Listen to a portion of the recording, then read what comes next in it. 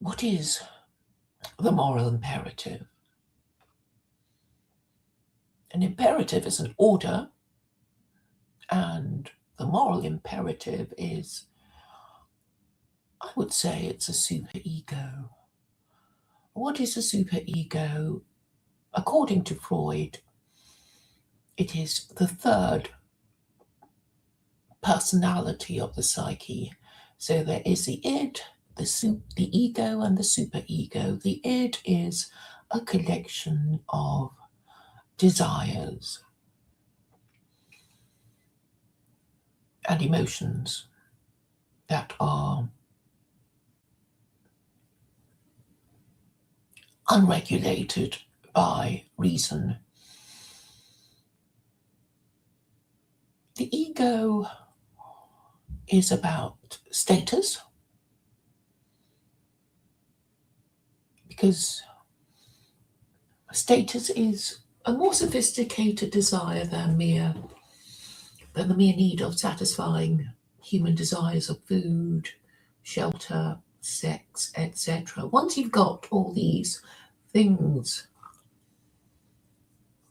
or enough of food, shelter, enough of food and shelter to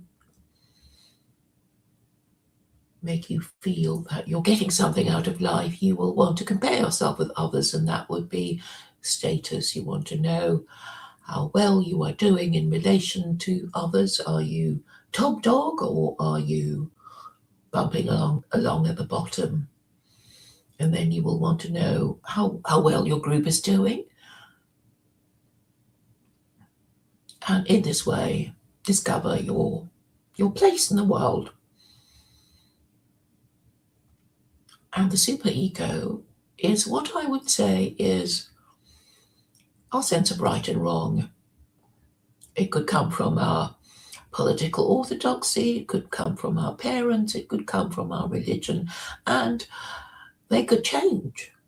What we think of as right and wrong could change, and how we think of as our moral imperative could change.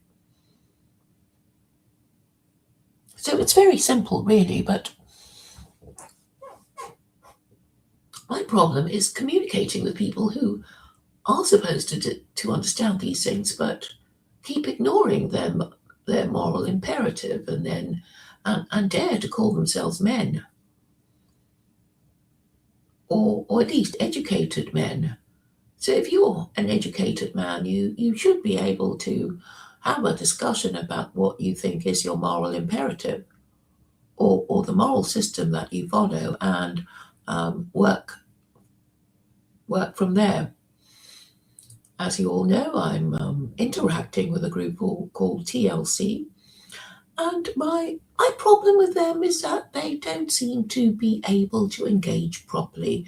Now, I know that I have been irritating to them, because I I have certain questions to ask and certain points to make, and I know I have been persistent, but I have to be. They're not going to be taking any hints from me, are they? And I cannot do it in a subtle way, because they are so beyond even being able to understand what I'm saying. So there's no point in being subtle, because they just won't get it. Or they won't respond to it with the appropriate degree of urgency. And all things considered, they are, well, it does concern them, because it does concern their government. And I know this to be so, because they're always worried about, well, so many things.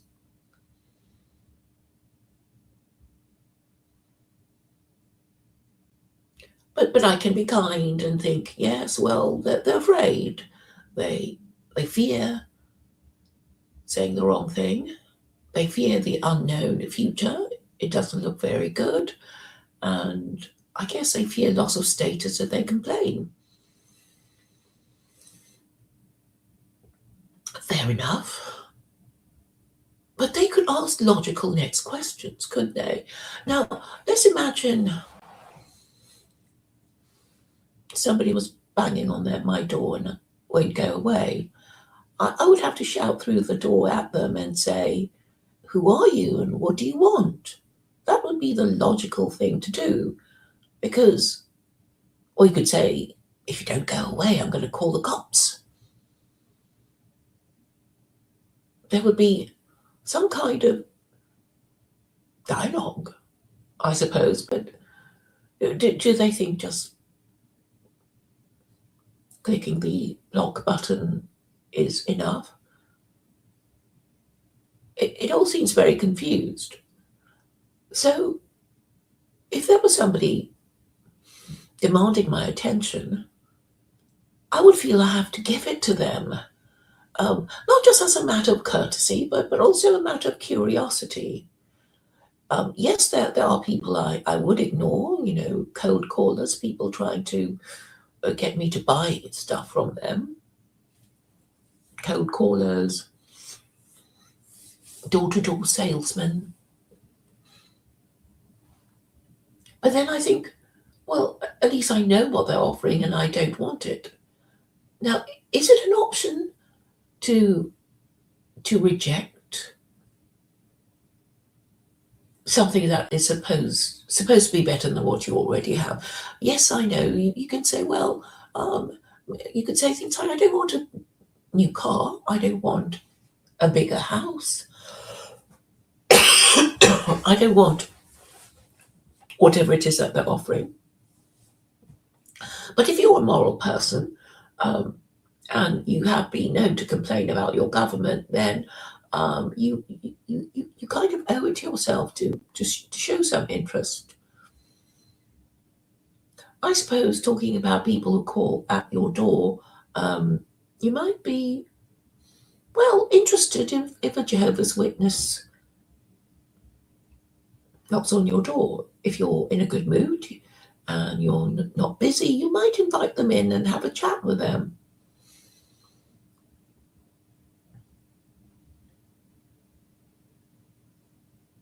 Particularly if you're not sure about your own belief system. But if you're unsure, then I imagine you must be asking questions about your belief system with other people who share your belief system. And if the other people in your belief system do not seem to know the answer, you would have to go, well, further and wider, and you would presumably be prepared to ask questions and engage in dialogue with people.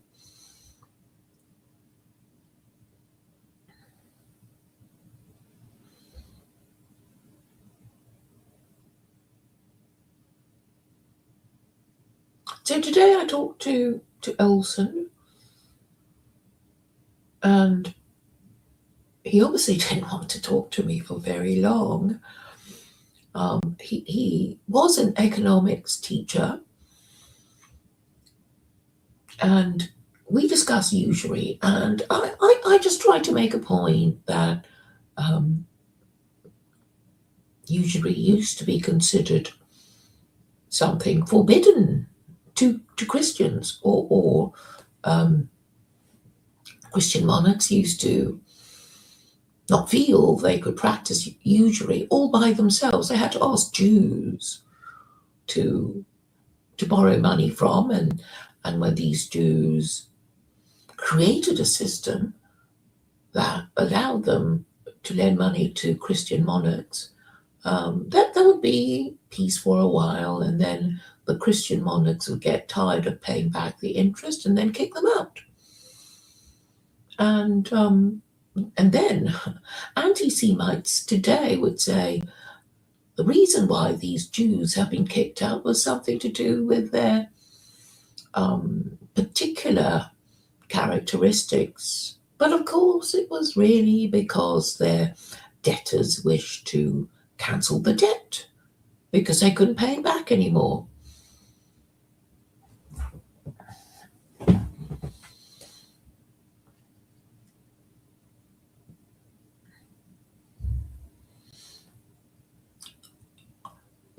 according to these biblically knowledgeable men, I think they do know that usury is forbidden.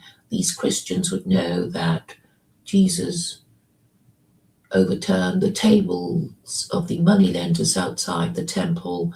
And this must have been because, well, these Jews, they ignored the law forbidding them to practice usury on each other. I'm assuming that Jesus was somebody who basically told the Jews of his time that they weren't quite following their religion properly, and I guess he was very unpopular, and they had to get rid of him by arresting him, trying him, and convicting him of blasphemy. Now, we don't know if he was really guilty of blasphemy. According to Christians, they assume he was guilty. No. How does it work? So they think that Jesus saying he's the Son of God is okay because he really is the Son of God, and therefore he was correct in saying that he was Son of God, and then he was executed for saying he was Son of God, because Jews have a problem with mere mortals claiming to be Son of God. And worse than that, these Christians said, not only is Jesus Son of God, he is co-equal, co-eternal, and co-substantial with God. And they cooked up the tribe of the Trinity, presumably to deal with Jews asking them questions about why they worship a man and why they have culturally appropriated Jewish scripture and then claimed all sorts of things about Jews that Jews don't quite agree with.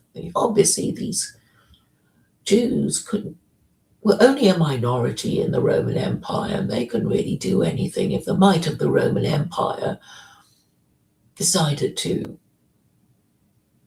culturally appropriate their scripture, call it the Old Testament, and make up stuff, call it the New Testament, and put it on top of the Old Testament and say, right, well, we'll take a bit of your stories here and there, but our New Testament, our new narrative about our new religion called Christianity, that's going to be our religion, and anyone who questions it will be in trouble.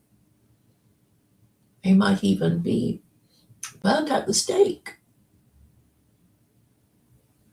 So this was how Christianity came to be adopted by the Roman Empire. For some reason, Christians find it difficult to accept. Yes, it is indeed the oldest church. It is indeed the remnant of the Roman Empire. We do know that the Latin name for Pope is Pontifex, and before Rome Christianized, it was Pontifex Maximus, and Roman emperors would be called Pontifex Maximus until there was some separation. And we also know that Julius Caesar was Pontifex Maximus. But then we know that if you're king, you would have all sorts of job titles apart from being monarch, such as, in the case of King Charles, he's also the supreme governor of the Church of England, which means that he controls the Church of England, which means that he is approving of himself. It's circular, really, because the whole point of there being the separation of powers of Judaism with the Cohens and the Kohanim and the Levim would be that there would be two kinds of priest. One and one is higher in status than the other. The Cohens are higher in status than the Levites. And also with regard to the Hasmonean dynasty, the point was made that there should be separation of powers because the king and the priest should not be one person. This, of course, is something ignored by the Romans until the Pope. But then there were all these arguments about who is higher status, the Pope or the priest. Sorry, the priest or the king. And we see in all these categorizations, these ordering of society, such as in the kingdom of France before the French Revolution, there was the idea that there were three estates of the realm. The Catholic Church was the first estate, and the barons were the second estate, and the third estate would be the commoners. And in the Hindu caste system, there would be the Brahmins, who are the priesthood, the Kshatriyas, who are the warrior caste, the Vaishyas, who are the merchant caste, the Shudras, who are the labourers, and the untouchables, who are basically the unskilled manual labour. So every ancient society had its divisions, some more complex than others. But interestingly, it doesn't say in the Hindu caste system where the king was, or in the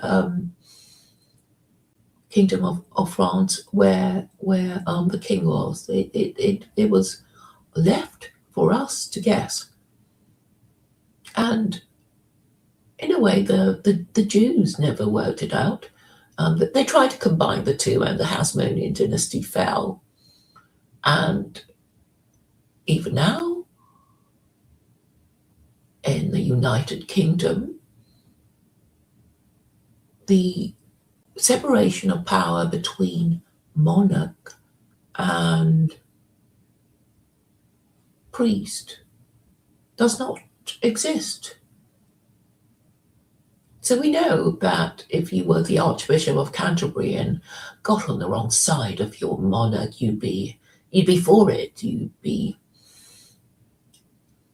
executed for heresy.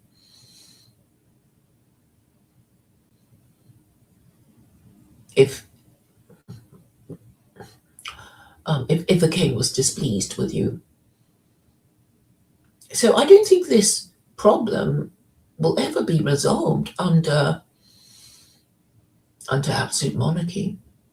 If you're absolutely powerful, then of course you can be your own priest. You can hire somebody to pretend to be your priest, but then he is only your priest, subject to your pleasure. And if you're no longer well disposed towards him, you would delete him. But this also presents a problem for kings themselves when their rule is so unpopular that they get overthrown in a revolution, such as Charles I by Oliver Cromwell.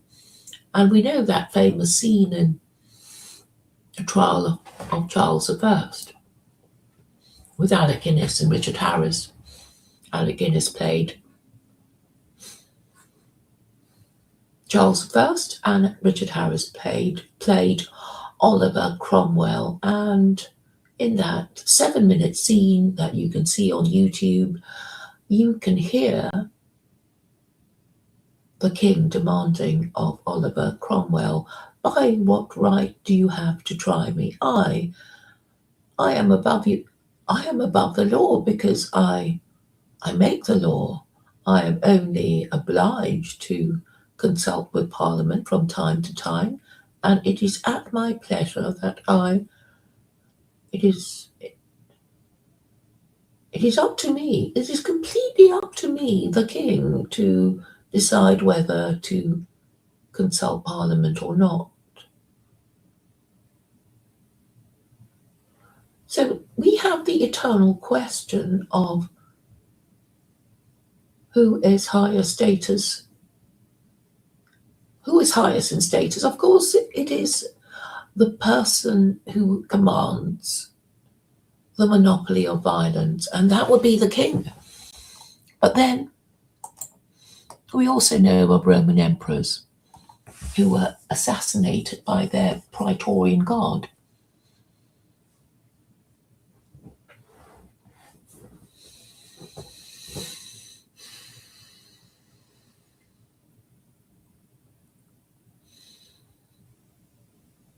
But the whole idea of hierarchy is absolutely essential in the military. And the military is absolutely essential to the defense of the realm.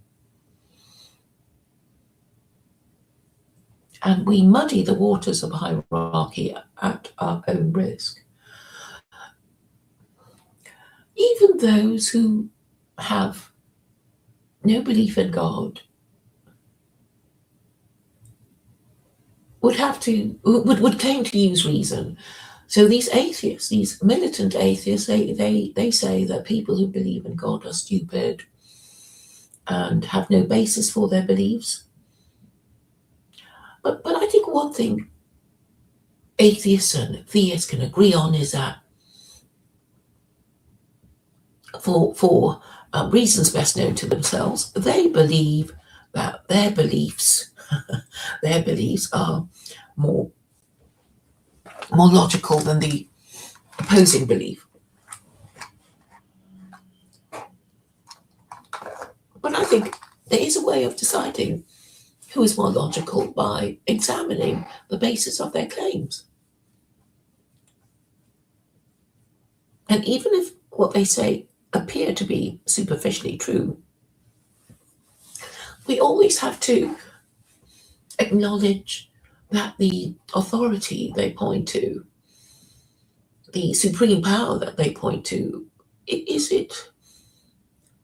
that organization or that individual rising in power or decreasing in power. And once we know for sure, the trend is your friend after all, we can work out which side to support. So I'm saying that in terms of working out which moral system to choose, after all, there are so many.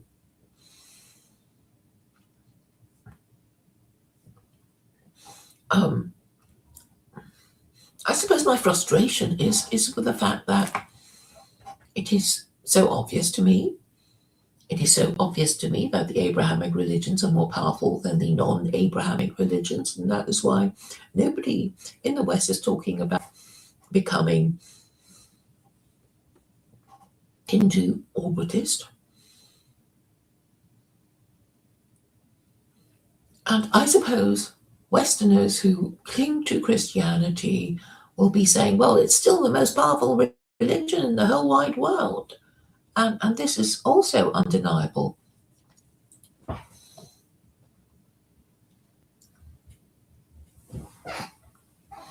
But then,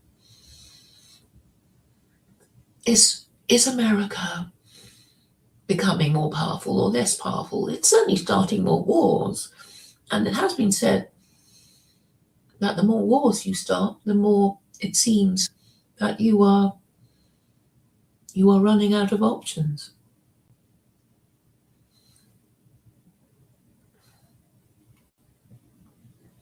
And an analogy has been made about, well, the harder you struggle to hold on to something, the more it'll slip away from you, particularly if it's an individual. So we can imagine um, a couple, and one of them is very insecure and always very jealous, and it's very unsexy. And the other partner, who could be male or female, will find it oppressive, the jealousy, the questions, the accusations, and it makes a person who is always accusing and insecure seem very unattractive. And perhaps it's a kind of vicious cycle that the more anxious you are, the more questions you ask, the more you need reassurance, and the fact that you need reassurance means that you are insecure, and this means you are weak and possibly unattractive in your weakness. Although there might be spouses who want their partner to be jealous. But in terms of diplomacy, it betrays weakness. And resorting to violence is another bad sign. And being unreasonable is a very bad sign indeed. Now, I was saying earlier that atheist or theist, we want to think that it is obvious that God exists, says the theist. I mean, I know people who say that, and I have to tell them, no, it's not obvious. It is. You may think it's obvious, but and people may understand what you're saying, but they don't feel it. They just don't feel that it is obvious that God exists. And ditto the other side, that God does not exist, because people can say, oh, look at how beautiful nature is, and how can you not believe that God created all this natural beauty? But in terms of politics, we have to understand that in order to order our society, or just our legal system, forget society, we need a supreme power, because, if we want to start our legal action in the lower courts, we want to know that there is a possibility of appeal if the lower courts gets its decision wrong. And then we end up in the High Court, and after that the Appeal Court, and then finally the Supreme Court. As it must be if we want a legal system that is capable of correcting its own errors. Does this mean that the Supreme Court is the final arbiter of justice? Of course not, because we all accept that our legal system and judiciary could be corrupt, and if it's corrupt enough, it will be overthrown.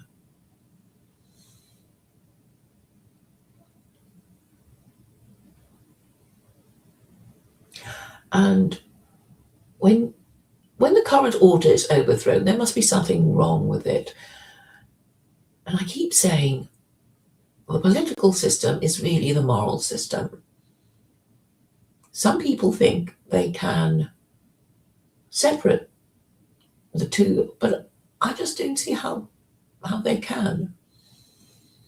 Politics and religion are exactly the same. People think they can separate it, but it's only because people who don't understand politics are the ones who literally believe in their religion. And I suppose that would be most people. Most people would rather die than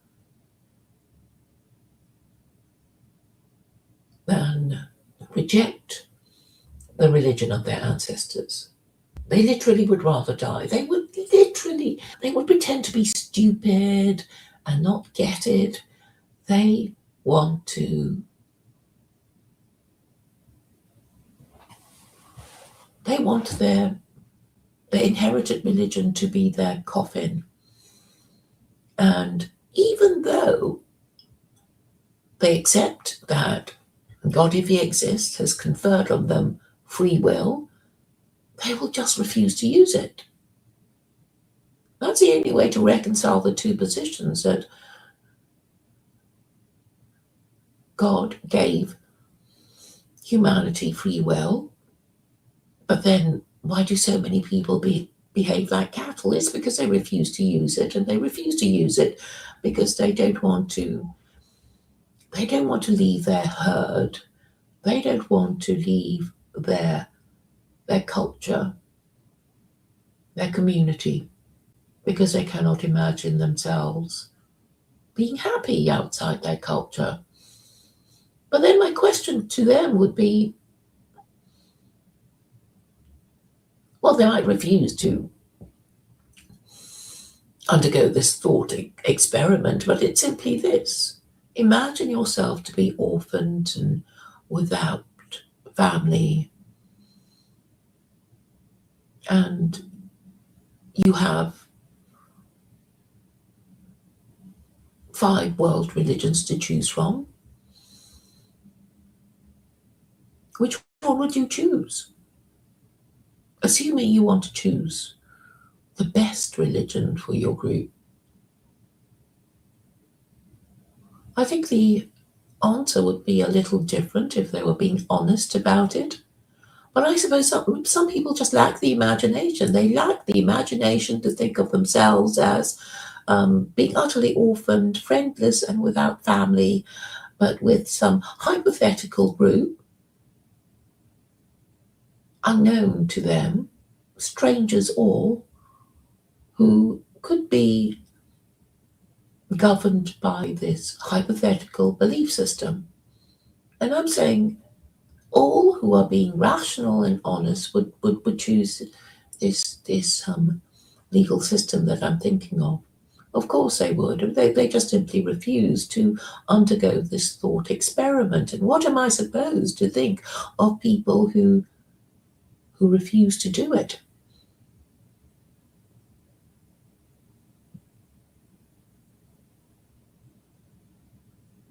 But then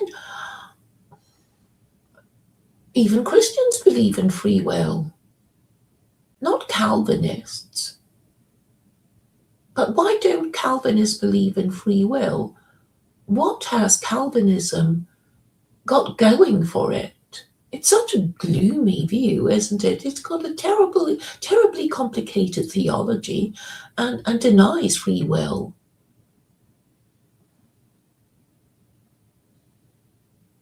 And I was just saying to Olson today that the reason Calvinism was so successful was because Calvin said it would be okay for Swiss bankers to practice usury, and they all went, yay!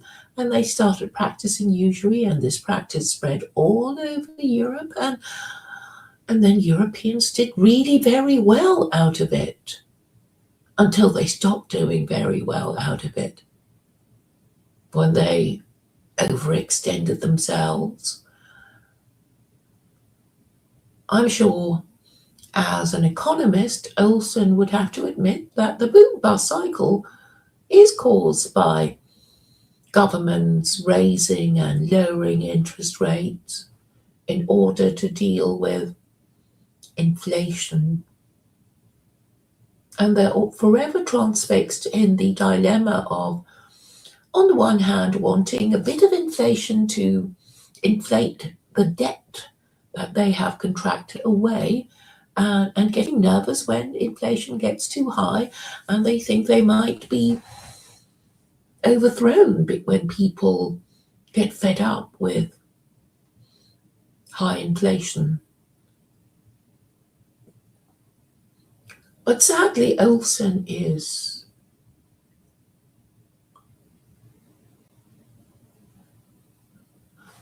not prepared to have an honest conversation.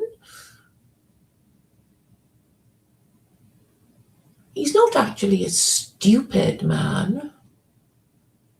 But then, if you think of a man who's determined, for example, I'm not saying Olsen does that, but if you are of the belief system that, say, a certain group is to blame for all your ills, let's just say you think that, then if you're an intelligent man, you will be very, very creative in saying, look, these people over there, they have always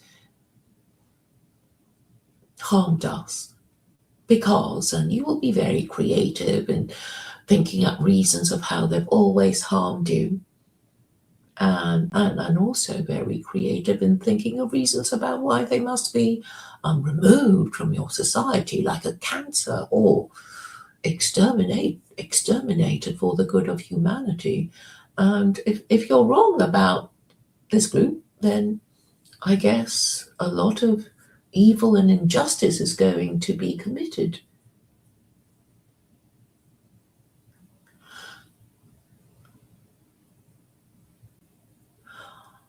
I noticed a kind of,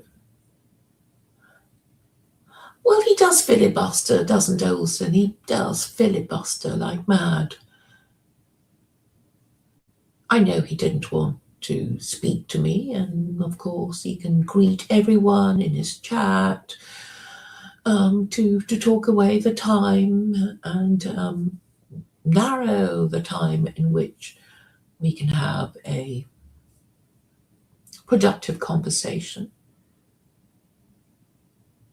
And one of the things he tried to do was tell me a story about these Colombians who, well, they clearly weren't sophisticated enough to practice usury, because the story Olsen told me was that if somebody said 3 times that they liked what you have to give it to them. So they must have been some kind of primitive tribe. And that was when I interrupted him because, well, filibustering is not going to help me make my point.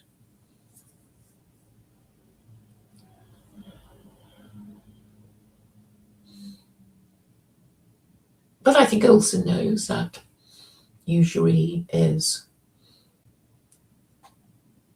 not considered to be a good thing by Jews or Muslims and even Christians, but he's not talking about banning it, because I guess if you're a capitalist, it's a sacred cow. There can be no capitalism without usury. That is the reality of capitalism. You have a large sum of money and then you make more money out of charging people interest.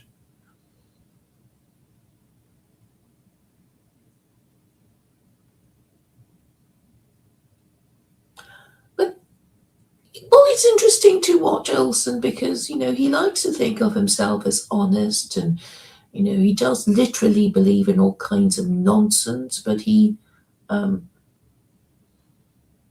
wants to deny some basic truths about Christianity and Judaism and Islam. If you believe in the Abrahamic God, as a Jew and as a Gentile, I think you would have to accept that he forbade usury. And I really don't know what Olsen is trying to do, pretending that it's okay or that it doesn't cause boom bust cycles. He was a teacher in economics after all. So all this lying and denying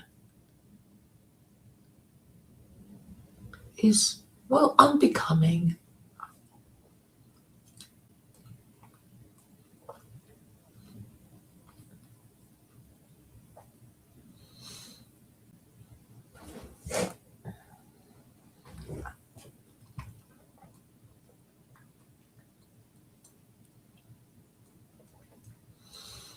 What Christians are very good at doing is filibustering. After all these years of debating with them, I know what they like to do. If you want to talk to them, and they'll make you, they'll read, they'll tell you lots of things that are not strictly relevant and make you listen to them quote from their Bible, and it's not even relevant, and they'll tell you stories just to avoid the issue. And the issue is John Calvin was popular and successful because he said usually was okay. And that is something that Brett should be conscious of, because he's a Calvinist, isn't he? I think he used to be a Catholic, but now he's Calvinist. And there are quite a few of them who want to go over to orthodoxy, but that's only because they sort of know after Jim Bob started attacking PVK for saying disobliging things about orthodoxy. It's where all the white nationalists go.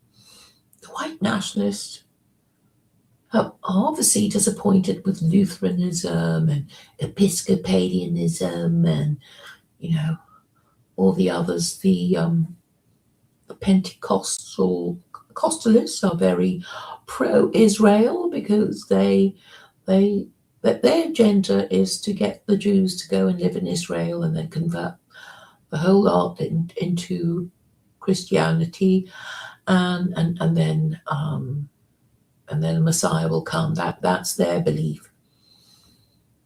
And Olson is a Pentecostalist.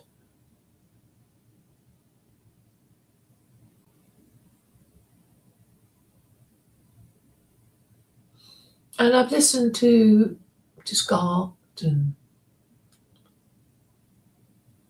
talking about not doing anything until he feels the Holy Spirit.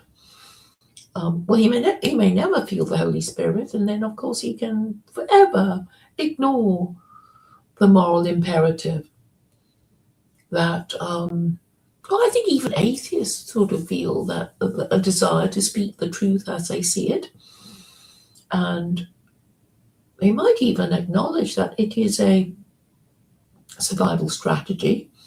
But then I see all sorts of things like deleting the chat, not displaying it, pretending they don't know what I'm talking about, allowing me to respond to some comments but not others. It's hard to tell whether they're doing it on purpose.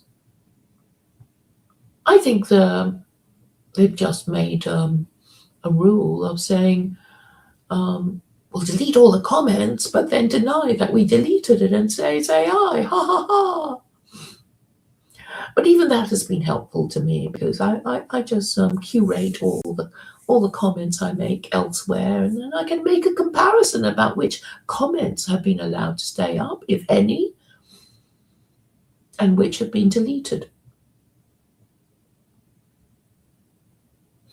But you would have thought that facts and logic would be the ultimate authority. Of course, a Christian or a Muslim or anybody who believes in God would say God exists, and therefore it is true and logical to believe in him.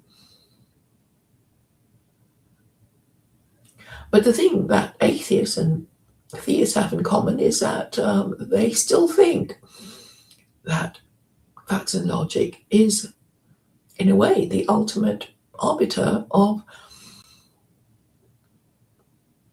whether or not to believe something. With the only thing distinguishing the two being their subjective opinions and their emotions. So that there will be, people who believe in their bones, who feel it in their bones that God exists, and there will be others who say that they don't feel it. They're just not feeling it. But if they were to step back from their feelings and emotions and their investment in their opinions, they would have to acknowledge that whether or not you believe in God, your laws need to be based on some kind of moral system that is better than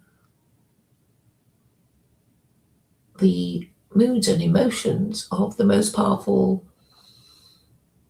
individual or group in your country, in your society. Otherwise, we're in for a bad trip if our king is mad or our rulers are corrupt. So all I'm saying is the only way that you can hold your government to account is to get them to write their rules down. That's no guarantee of everything going right, but at least you've got a handle on things. At least you can say to them, "Oh, but you're not supposed to be doing this or that." And I'm saying the New Testament does not give you this book of rules with which to hold your ruling classes accountable.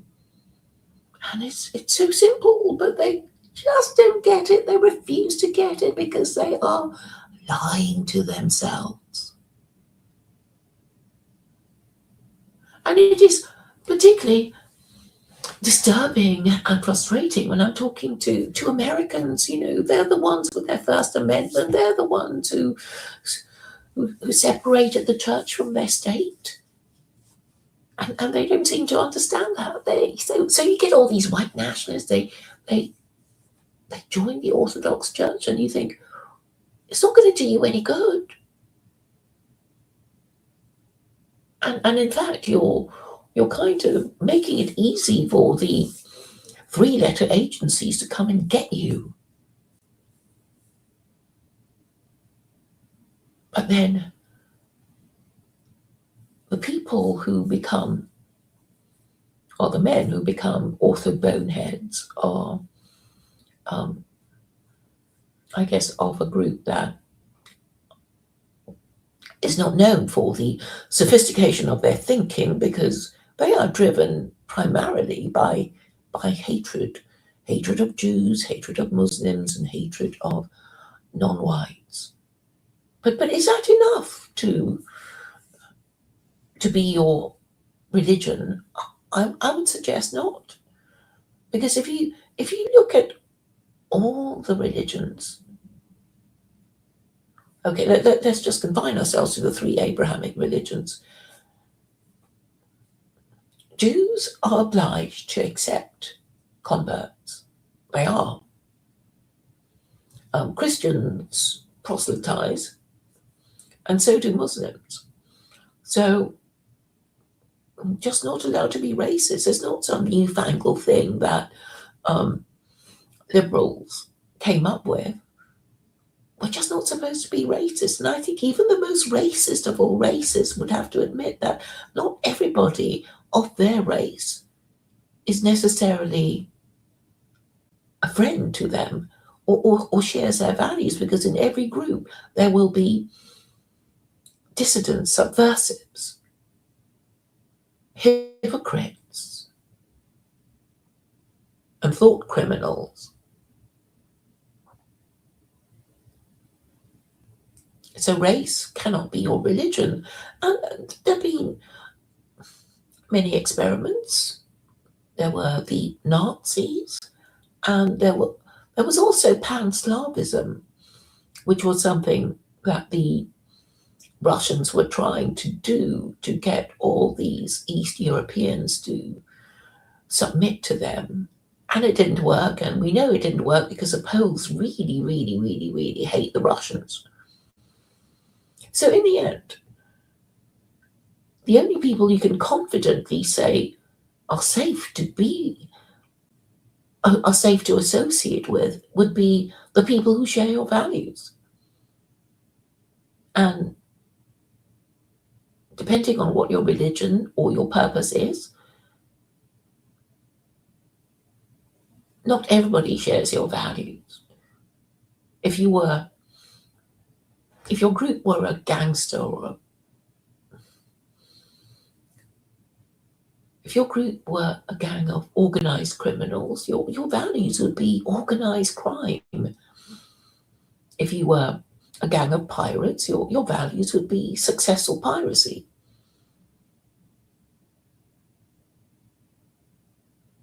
So different groups would have different values. But there is even a saying called honor amongst thieves. What does that mean? It means that you have to keep your promises.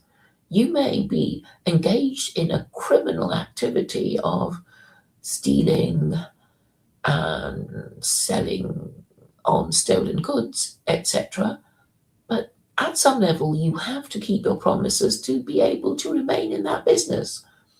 Because if you all started lying to each other and calling the cops on each other, you would just not be in business anymore. And so I think the problem is with the Christians who are just not able to discuss Christianity other than amongst themselves. Now, why is that a problem? It's a problem because they can only feel safe in hug boxes. And why are you hiding away from the glare of people who want to ask questions? It's because you know that your position is indefensible. And what would be the logic of claiming to believe in things that cannot be defended using facts and logic? Isn't it using the worst kind of thing that will fail you? If you're going to choose a belief system, make sure that it corresponds with reality and is in harmony with sound arguments, or you will keep losing the argument, and then you will get angry, and you will feel foolish, and you might do bad things.